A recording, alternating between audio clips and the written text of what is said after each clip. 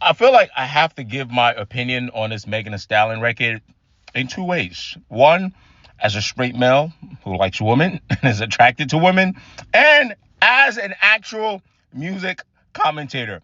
And I'll tell you why.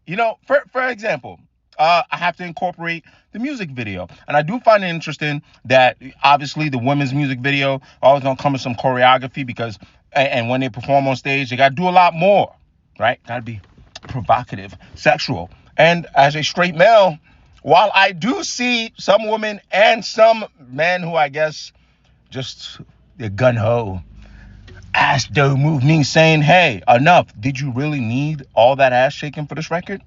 I could see that, but as a straight male, why would I say, what's that Simpson shit?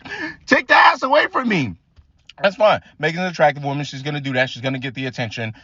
And there's that. Now, on the content of the music, right? Again, still as a straight male. This is not even musical commentary yet.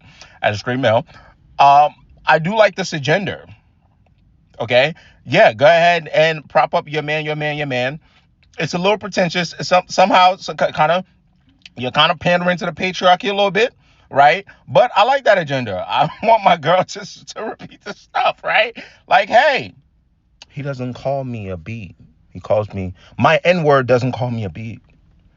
He calls me his lady. Why you call him your N-word? But I'll allow it.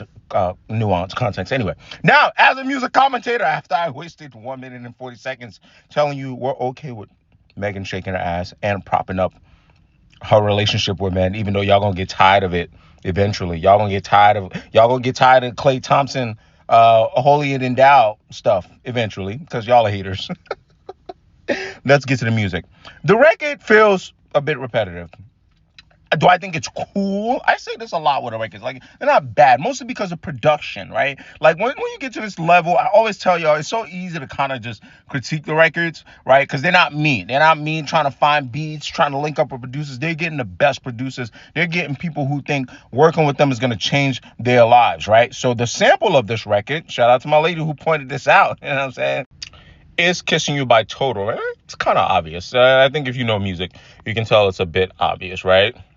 For me, this feels like a chill record that you're gonna go ahead and try to see if you can make it some kind of anthem for the girls that are in relationships, but at the same time still being kind of sexy with it. So I get it. Lyrically, though, I've always said this about Megan. I think we always converse about flows being limited. I think sometimes the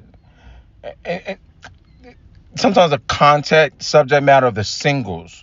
Because what was it, Trum Magazine or whatever that album was, I think it's called. Like, she did pretty well on there.